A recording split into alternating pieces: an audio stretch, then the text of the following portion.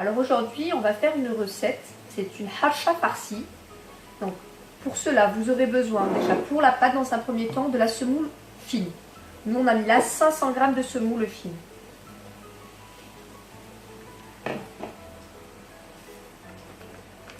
Une fois votre semoule mise, rajoutez une cuillère à soupe de sucre, une cuillère à café de sel et une cuillère à café d'herbe de Provence. Le tout, on va rajouter, comme je vous montre là, c'est un mélange d'huile d'olive et de beurre. Voilà, moitié-moitié. On met dans la pâte. Ensuite, on essaye de la faire bien prendre à la pâte, comme ceci. Une fois le beurre et l'huile mélangés, on va rajouter l'eau pour ramasser la pâte.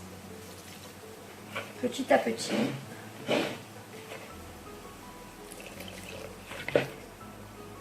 Voilà, une fois que la pâte est bien ramassée avec l'eau, vous la laissez reposer un quart d'heure, 20 minutes, le temps de préparer vos farces.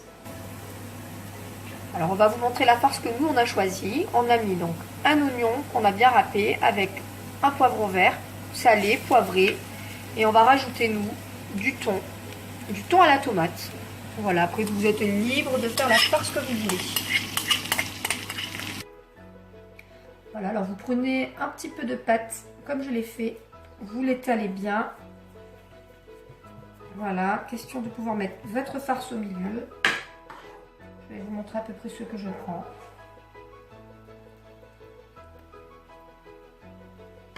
Ensuite, vous rabattez la pâte.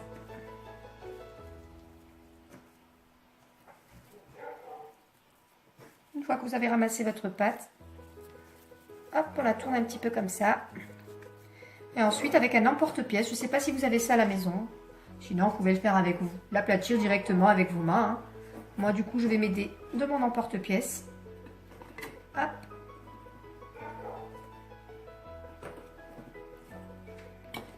Voilà le résultat. Il n'y a plus qu'à continuer à faire tous les autres. Voilà, donc une fois qu'on a préparé nos petites harsha, on a bien chauffé notre poêle comme vous le voyez là. On n'a pas mis de gras dessus. Donc on va les poser, hop, afin de les cuire. Voilà, comme ceci. Et ensuite on les retourne jusqu'à ce que la cuisson soit parfaite. Voilà, donc nous on les a farcis. C'est vrai qu'on a, j'en ai pas parlé dans ma recette tout à l'heure.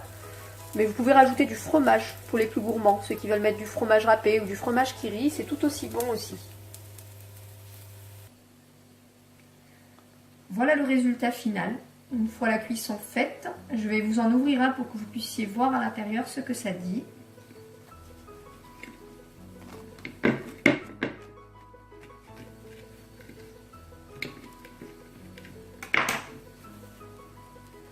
Voilà, donc la farce est bien à l'intérieur. Plus qu'à déguster, bon appétit!